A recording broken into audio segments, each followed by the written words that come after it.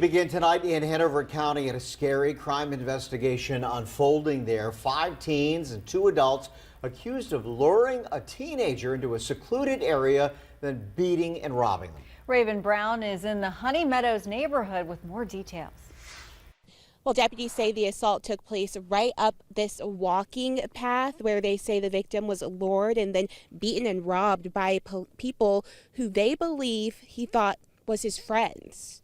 I think he was hanging out with people he believed were his friends and was asked to come hang out at a specific location, and this took place. A planned attack, that's what Hanover County Sheriff's deputies say happened last Saturday in the Honey Meadows neighborhood. We've identified 5 different juveniles and 2 different adults that were all part of this plan and this robbery and assault that took place. The deputies say they got a call Saturday night around 10:30 after a neighbor reported a teen showed up on their porch and had been visibly assaulted. I think it's sad. I think that I don't know necessarily what the intent behind all of this was, if all of them were aware it was going to take the direction or the turn that it did, but it's unfortunate.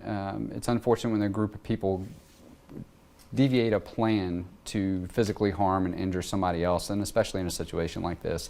18-year-old Brian Gibson Jr. and 19-year-old Duran Boskert, as well as 5 teens, face charges. Police say among those, felony firearm charges. He suffered a severe laceration above his eye that required stitches, and then he had some fractures to the bones in his face. Sergeant Wills couldn't go into detail about what was stolen from the young man, but says several personal and valuable items were taken. Neighbors who didn't want to go on camera tell me they're shocked this happened and are familiar with at least one of the suspects since they live in the neighborhood. Sergeant Wills says this is a lesson learned for everyone involved. It's easy to make assumptions, but I also want to acknowledge that some of the parents in this situation were extremely cooperative and helpful, and they did the right thing. They had a very difficult decision to make, and they did the right thing, making their kids come forward and take ownership of these actions.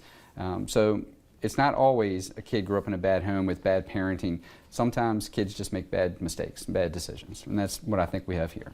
And all 7 are detained and are awaiting hearings in front of a judge. In Mechanicsville, Raven Brown, 12 on your side.